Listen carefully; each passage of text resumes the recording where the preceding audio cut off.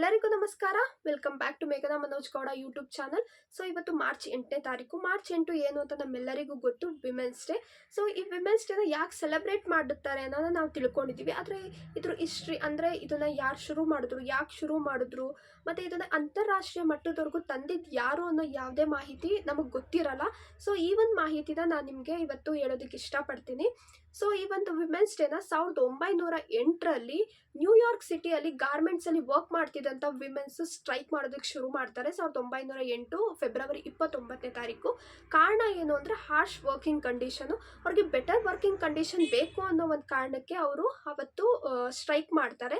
So ಇವರ ಒಂದು ಧೈರ್ಯನ ನೋಡಿ ಸೋಷಲಿಸ್ಟ್ ಪಾರ್ಟಿ ಆಫ್ ಅಮೇರಿಕಾ ಏನಿದಾರಲ್ಲ ಅವರು ವಿಮೆನ್ಸ್ ಡೇನ ಇವ್ರಿಗೆ ಅಂತ ಡೆಡಿಕೇಟ್ ಮಾಡ್ತಾರೆ. ಯಾರೆಲ್ಲ ಮಹಿಳೆಯರು ಆ ಒಂದು ಸ್ಟ್ರೈಕಲ್ಲಿ ಪಾಲ್ಗೊಳ್ತಾರಲ್ಲ, ಅಂದರೆ ಆ ಒಂದು ಸ್ಟ್ರೈಕ್ನ ಮಾಡ್ತಾರಲ್ಲ ಅವ್ರಿಗೆ ಅಂದ್ಬಿಟ್ಟು ಈ ಒಂದು ವಿಮೆನ್ಸ್ ಡೇನ ಡೆಡಿಕೇಟ್ ಮಾಡ್ತಾರೆ.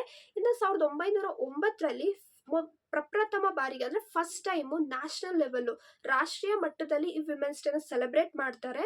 ಎಲ್ಲಿ ಅಂದರೆ ಯುನೈಟೆಡ್ ಸ್ಟೇಟ್ಸಲ್ಲಿ. ಅದಾದಮೇಲೆ 1910ರಲ್ಲಿ ಕ್ಲಾರಾ ಝೆಟ್ಕಿನ್ ಅನ್ನೋ ಒಬ್ಬರು ಮಹಿಳೆ ಈ ಒಂದು ವಿಮೆನ್ಸ್ ಡೇನ ಇಂಟರ್ನ್ಯಾಷನಲ್ ಲೆವೆಲ್, ಅಂತಾರಾಷ್ಟ್ರೀಯ ಮಟ್ಟದಲ್ಲಿ ಸೆಲೆಬ್ರೇಟ್ ಮಾಡಬೇಕು ಅನ್ನೋ ಒಂದು ಐಡಿಯಾ ಕೊಡ್ತಾರೆ.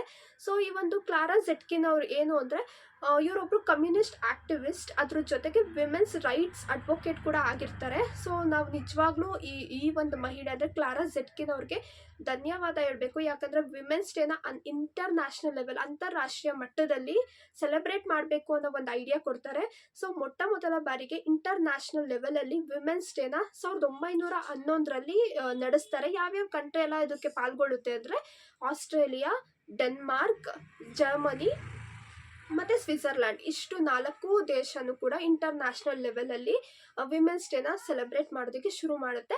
ಅದಾದಮೇಲೆ ಮತ್ತೆ ನಮ್ಮ ಕಂಟ್ರಿಗೆ ಬರುತ್ತೆ ಮಾರ್ಚ್ 8ನೇ ತಾರೀಕು ವಿಮೆನ್ಸ್ ಡೇ ಅಂದ್ಬಿಟ್ಟು.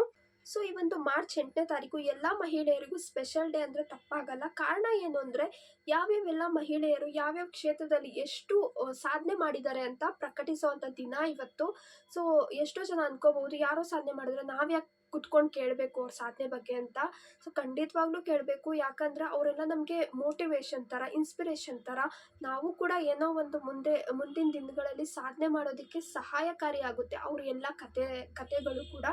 ಸೊ ಇನ್ನು ಯಾವ್ಯಾವೆಲ್ಲ ಮಹಿಳೆಯರು ಸಾಧನೆ ಮಾಡಿ ಅವರಿಂದ ಬೆನ್ನೆಲುಬಾಗಿ ನಿಂತಿರ್ತಾರಲ್ಲ, ಅವ್ರ ಅಪ್ಪ ಆಗಿರ್ಬೋದು, ಅವ್ರ ಅಮ್ಮ ಆಗಿರ್ಬೋದು, ಅಣ್ಣ, ತಮ್ಮ, ಗೆಳೆಯ, ಗೆಳತಿ, ಗಂಡ, ಯಾರನ್ನ ಆಗಿರ್ಬೋದು, ಹಿಂದೆ ನಿಂತು ಆ ಒಂದು ಮಹಿಳೆಯ ಸಾಧನೆಗೆ ಕಾರಣ ಆಗಿರ್ತಾರಲ್ಲ ಅವ್ರನ್ನ ನಾವು ಯಾವತ್ತೂ ಮರಿಬಾರ್ದು. ಸೊ ಅವರು ಕೂಡ ಜೀವನದಲ್ಲಿ ಸಾಧನೆ ಮಾಡ್ದಂಗೆ. ಸೊ ಯಾವುದೇ ಒಂದು ಮಹಿಳೆ ಸಾಧನೆ ಮಾಡಿದಾಗಲೂ ಅವ್ರ ಹಿಂದೆ ಎಷ್ಟೋ ಜನಕ್ಕೆ ಪುರುಷರು ಇದ್ದೇ ಇರ್ತಾರೆ. ಅವ್ರ ಗಂಡನ ರೂಪದಲ್ಲಾಗಿರ್ಬೋದು, ಗೆಳೆಯ ರೂಪದಲ್ಲಾಗಿರ್ಬೋದು, ಅಪ್ಪನ ರೂಪದಲ್ಲಾಗಿರ್ಬೋದು, ಯಾವುದೇ ರೂಪದಲ್ಲೂ. ಸೊ ನಾವು ಅವ್ರನ್ನೂ ಕೂಡ ಮರೆಯೋಂಗಿಲ್ಲ. ಅವ್ರಿಗೂ ನಿಜವಾಗ್ಲೂ ಥ್ಯಾಂಕ್ಫುಲ್ ಆಗಿರಬೇಕು ಯಾವತ್ತಿಗೂ.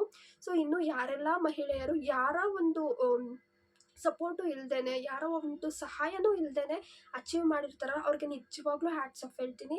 ಒಂಟಿಯಾಗಿ ನಿಂತು ಸಾಧನೆ ಮಾಡೋದು ನಿಜವಾಗ್ಲೂ ಸುಲಭದ ಮಾತು ಅಲ್ಲವೇ ಅಲ್ಲ. ತುಂಬ ಎಫರ್ಟ್ಸ್ ಬೇಕು ಅದಕ್ಕೆ. ಎಷ್ಟೋ ರಾತ್ರಿಗಳು ನಿದ್ದೆನೇ ಇರಲ್ಲ ಅವರಿಗೆಲ್ಲ. ಅಷ್ಟು ಡೆಡಿಕೇಟ್ ಮಾಡಿಕೊಂಡು ಅವ್ರನ್ನ ಅವರು ಆ ಒಂದು ಸಾಧನೆ ಕಡೆ ಹೆಜ್ಜೆ ಹರಿಸಿರ್ತಾರೆ. ಅಂಥವರಿಗೆಲ್ಲ ನಿಜವಾಗ್ಲೂ ಹ್ಯಾಟ್ಸ್ ಆಫು. ಇನ್ನೂ ಹೆಚ್ಚೆಚ್ಚು ಸಾಧನೆಗಳನ್ನ ಮಾಡ್ತಾ ಇರು ನೀವು ಪ್ರತಿ ವರ್ಷವೂ. ಇನ್ನೂ ಹೆಚ್ಚೆಚ್ಚು ಕ್ಷೇತ್ರದಲ್ಲಿ ನಿಮ್ಮ ಸಾಧನೆ ಮುಂದುವರಿಲಿ ಅಂತ ಹೇಳೋದಕ್ಕೆ ಇಷ್ಟಪಡ್ತೀನಿ. ಇನ್ನು ಬರೀ ವರ್ಕಿಂಗ್ ವಿಮೆನ್ ಅಷ್ಟೇ ಅಲ್ಲ ಸಾಧನೆ ಮಾಡೋದಕ್ಕಾಗೋದು. ಯಾರ್ಯಾರೆಲ್ಲ ವರ್ಕೇ ಮಾಡದೆ ಮನೆಯಲ್ಲಿ ಕೆಲಸ ಮಾಡಿಕೊಂಡು ಗಂಡ, ಮಕ್ಕಳು, ಅಪ್ಪ, ಅಮ್ಮ, ಅತ್ತೆ, ಮಾವನ ನೋಡ್ಕೊಂಡಿರ್ತಾರಲ್ಲ ಅವರು ಕೂಡ ನಿಜವಾಗ್ಲೂ ಸಾಧಕಿಯರೇ. ಯಾಕಂದರೆ ಮನೇಲಿದ್ದು ಮನೆ ಕೆಲಸ ಅಷ್ಟೂ ಮಾಡೋದು ನಿಜವಾಗ್ಲೂ ಸುಲಭದ ಮಾತು ಅಲ್ಲವೇ ಅಲ್ಲ. ಸೊ ಅವರು ಬರೀ ವರ್ಕಿಂಗ್ ವಿಮೆನ್ಸ್ ಅಷ್ಟೇ GDPಗೆ ಕಾನ್ಸ್ಟ್ರಿಬ್ಯೂಟ್ ಮಾಡ್ತಾರೆ ಅಂತನೋ ಅಥವಾ ದೇಶದ ಡೆವಲಪ್ಮೆಂಟ್ಗೆ ಕಾಂಟ್ರಿಬ್ಯೂಟ್ ಮಾಡ್ತಾರೆ ಅಂತನೋ ಅಲ್ಲ. ಯಾರ್ಯಾರೆಲ್ಲ ಮಹಿಳೆಯರು ಮನೇಲೇ ಕೂತು ಮನೆ ಕೆಲಸ ಮಾಡಿಕೊಂಡು ಮಕ್ಕಳು, ಗಂಡ, ಅತ್ತೆ, ಮಾವ ಅಂತ ನೋಡ್ಕೊತಿರ್ತಾರಲ್ಲ ಅವರು ಕೂಡ ಇಂಡೈರೆಕ್ಟಾಗಿ ನಮ್ಮ ಒಂದು ಕಂಟ್ರಿಗೆ ಕಾಂಟ್ರಿಬ್ಯೂಟ್ ಮಾಡ್ತಾರೆ. ಯಾವ ರೀತಿ ಅಂದರೆ ಅವರು ಪ್ರತಿಯೊಂದು ಕೆಲಸನೂ ಅವರೇ ಮಾಡಿ ಮಕ್ಕಳಿಗೆಲ್ಲ ಬಿಸಿ ಬಿಸಿಯಾಗಿ ಟೈಮ್ಗೆ ಕರೆಕ್ಟಾಗಿ ಅಡುಗೆ ಮಾಡಿಕೊಂಡು ಅವ್ರಿಗೆ ಅಡುಗೆ ಬಡಿಸಿ ಅವ್ರು ಆರೋಗ್ಯವಾಗಿರೋದು ನೋಡ್ಕೊತಿರ್ತಾರೆ. ಸೊ ಈ ರೀತಿ ಅವ್ರು ಆರೋಗ್ಯವಾಗಿರೋದು ನೋಡಿಕೊಂಡಾಗ ಗಂಡ ಮಕ್ಕಳೆಲ್ಲ ಆರೋಗ್ಯವಾಗಿರ್ತಾರೆ. ಈಗ ಫಾರ್ ಎಕ್ಸಾಂಪಲ್ ಗಂಡ ಆರೋಗ್ಯವಾಗಿದ್ದರೆ ಅವ್ನ ಕೆಲಸದಲ್ಲಿ ಅವನ ಒಂದು ಕೆಲಸ ಏನಿರುತ್ತೆ ಅದು ಇನ್ನೂ ಚೆನ್ನಾಗಿ ಮಾಡ್ತಾ ಹೋಗ್ತಾನೆ, ಮುಂದೆ ಪ್ರಮೋಷನ್ ಸಿಗುತ್ತೆ. ಅದರಿಂದ ಅವ್ನ ಟ್ಯಾಕ್ಸ್ ಏನು ಪೇ ಮಾಡ್ತಿರ್ತಾನೆ ಇನ್ನೂ ಜಾಸ್ತಿ ಪೇ ಮಾಡ್ತಾನೆ. ಆವಾಗ ಜಿ ಡಿ ಪಿಗೆ ಕಾಂಟ್ರಿಬ್ಯೂಟ್ ಆಗುತ್ತೆ. ಅದ್ರ ಜೊತೆ ಮಕ್ಕಳು, ಇನ್ನು ಮಕ್ಕಳು ಅವರು ಅಷ್ಟೇ ಚೆನ್ನಾಗಿ ಆರೋಗ್ಯವಾಗಿದ್ದರೆ ಓದಿನ ಕಡೆ ಕಾನ್ಸಂಟ್ರೇಟ್ ಮಾಡ್ತಾರೆ, ಚೆನ್ನಾಗಿ ಓದ್ತಾರೆ, ಮುಂದೆ ಒಂದೊಳ್ಳೆ ವ್ಯಕ್ತಿ ಆಗ್ತಾರೆ. ಅವರು ಕೂಡ ಒಳ್ಳೆ ಕೆಲ್ಸಕ್ಕೆ ಸೇರಿಕೊಂಡು ಇನ್ಕಮ್ ಟ್ಯಾಕ್ಸ್ ಅಂದರೆ ಸ್ಯಾಲ್ರಿ ತೊಗೊಳೋದ್ರ ಮೂಲಕ ಇನ್ಕಮ್ ಟ್ಯಾಕ್ಸ್ ಎಲ್ಲ ಪೇ ಮಾಡ್ತಾರೆ. ಅದರಿಂದನೂ ಜಿ ಡಿ ಪಿ ಜಾಸ್ತಿ ಆಗುತ್ತೆ. ಸೊ ಈ ರೀತಿ ಒಂದಲ್ಲ ಒಂದು ರೀತಿ ಪ್ರತಿಯೊಂದು ಮಹಿಳೆಯೂ ಈ ಒಂದು ದೇಶದ ಡೆವಲಪ್ಮೆಂಟ್ಗೆ ಕಾಂಟ್ರಿಬ್ಯೂಟ್ ಮಾಡೇ ಮಾಡ್ತಾಳೆ. ಅದು ವರ್ಕಿಂಗ್ ವಿಮೆನ್ ಆಗಿರಲಿ ಅಥವಾ ನಾನ್ ವರ್ಕಿಂಗ್ ವಿಮೆನ್ ಆಗಿರಲಿ.